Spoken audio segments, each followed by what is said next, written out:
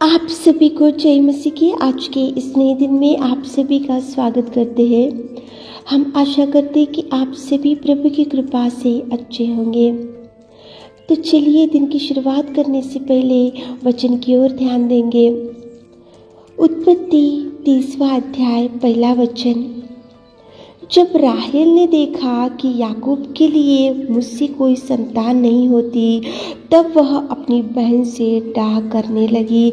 मेरे प्रियो, यहाँ पे राहेल को संतान नहीं था, राहेल का कुखबंद था। राहेल बांझपन से पीड़ित थी और राहेल देखो उसकी कोई संतान नहीं थी, लेकिन वो उसकी बहन को देखकर डाह करने लगी।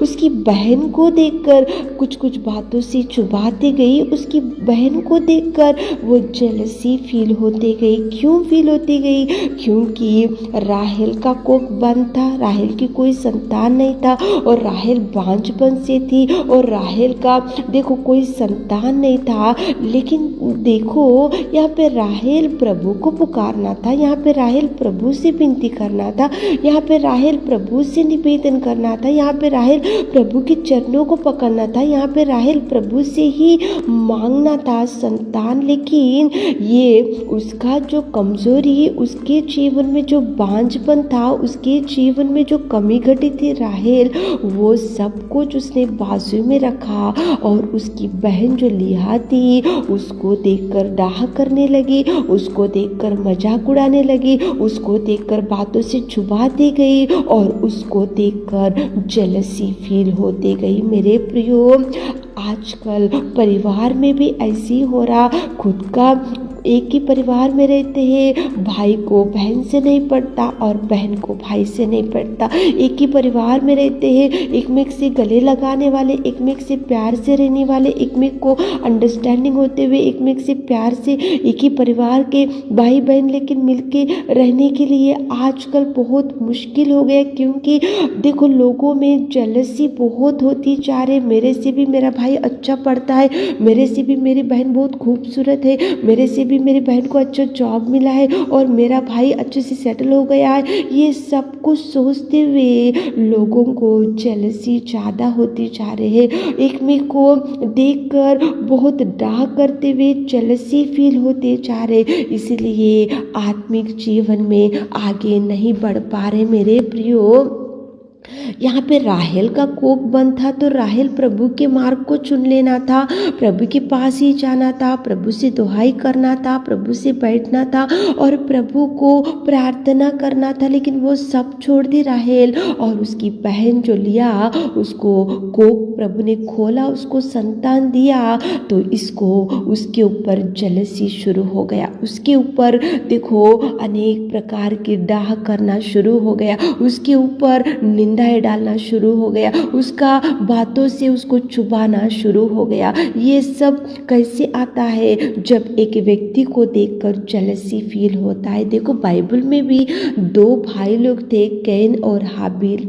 हाबिल के भेंट को प्रभु ने ग्रहण किया और कैन के भेंट को परमेश्वर ने ग्रहण नहीं किया। लेकिन कैन को कितना गुस्सा, कितना भड़क गया वो हाबिल के ऊपर। एक ही परिवार के थे, एक ही माता पिता से पैदा हो गए थे, एक ही परिवार में भाई थे दोनों, और एक में एक से प्यार करने वाले भाई लोग, एक में एक से अच्छे से रहने वाले भाई लोग। कैन सोचना था कि मेरा भाई तो है हाबिल, चलो प्रभु ने उसका भेंट ग्रहण किया होगा तो वो छोड़ देना था। लेकिन जैसे ही हाबिल का भेंट प्रभु ने ग्रहण किया तो कैन का गुस्सा भड़क गया।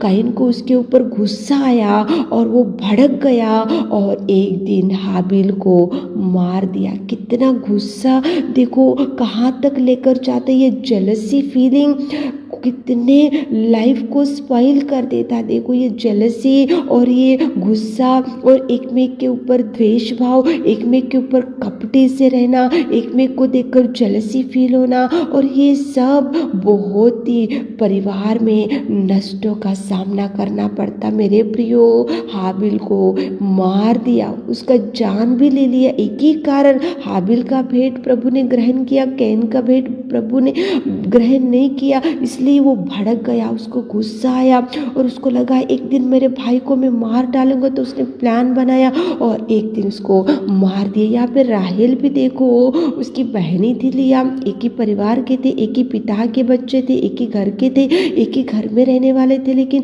देखो कितना वो राहेल इसके ऊपर गुस्सा डाह करने लगी, चिढ़ाती गई, उसको बातों से चुभाती गई। एक ही कारण जेलसी फीलिंग। आजकल लोगों में भी ऐसा भयंकर जेलसी फील हो रहे। आजकल परिवार में प्यार क्यों कम हो रहा? एक ही कारण जेलसी। उनको अच्छा कार है, मुझे कार नहीं, उनको अच्छा बिल्डिंग है, मुझे बिल्डिंग नहीं है, उनके बच्चे फॉरेन में सेटल हो गए, हमारे बच्चे इधर ही हैं, उनको अच्छा जॉब मिला, हमारे बच्चों को जॉब नहीं है, उन लोगों को अच्छा सैलरी आ रहा, हमारे बच्चों को सैलरी नहीं है, हमारा छोटा घर है, उनको बहुत बड़ा घर है, उन लोग को बहुत खुशी से जी रहे और हम ऐसे दुर्बल स्थिति में पड़े हुए। ऐसा कंपेरिजन, ये बहुत कंपेयर करते हुए, कंपेरिजन में रहते हुए, आजकल एक में को देखकर जेलसी फील होते हुए एक में को प्यार कम होते जा रहे। खुद के परिवार में, खुद के एक ही परिवार में रहने वाले कैन और हेबेल, देखो एक में से कितना गुस्सा। एक ही परिवार में रहने वाले लिया और राहेल, लेकिन कितना गुस्सा, कितना जेलसी।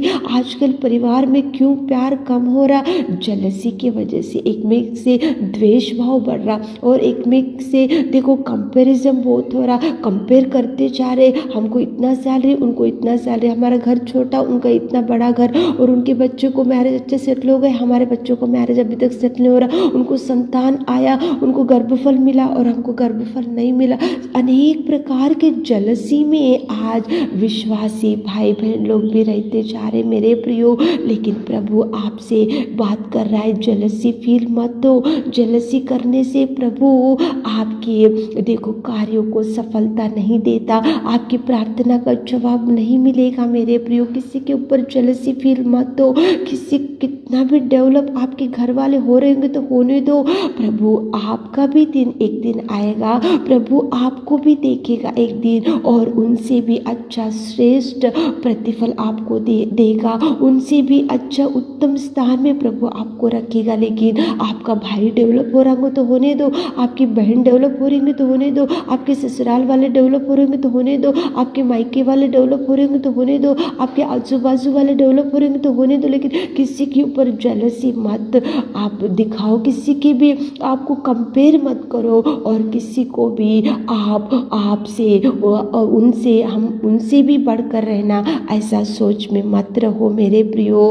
हाबिल कैन उसको मार दिया क्योंकि हाबिल के भेंट को ग्रहण किया तो उसको गुस्सा आया, उसको जेलसी आया, उसको मन में कपट पैदा हो गया और उसको लगा कि मेरा भेंट प्रभु ने ग्रहण नहीं किया तो इसका जान ले लेना चाहिए। उसको जान से मार डाला। यहाँ पे राहेल प्रभु से बैठना था, प्रभु से प्रार्थना करना था, लेकिन वो सब उसने छोड़ लिया। को जैसे गर्भफल मिला तो इसके ऊपर जलस हो गया, उसको डाह करने लगी, उसको बातों से चुभाती गई और उसको दुख देती गई। जेलसी की वजह से ये सब कैसे होता? जलस मत हो मेरे प्रियो, किसी के ऊपर जलस मत करो। आपका दिन आएगा, प्रभु जरूर आपको उठाएगा, आपको ब्लेसिंग्स प्रभु आपको देने का दिन आएगा तो प्रभु जरूर ब्लेस करेगा। उठाने का दिन प्रभु आपके जीवन में आएगा तो उस दिन प्रभु सबके सामने उठाएगा। किसी के ऊपर जलस मत हो, किसी के ऊपर डाह मत करो, किसी के ऊपर देखो बातों से घायल मत करो। वो लोग डेवलप हो रहे तो आपका दिन भी आएगा, प्रभु डेवलप करेगा। जेलसी है तो प्रभु के ऊपर माफ़ी मांगते हुए दिन की शुरुआत करो।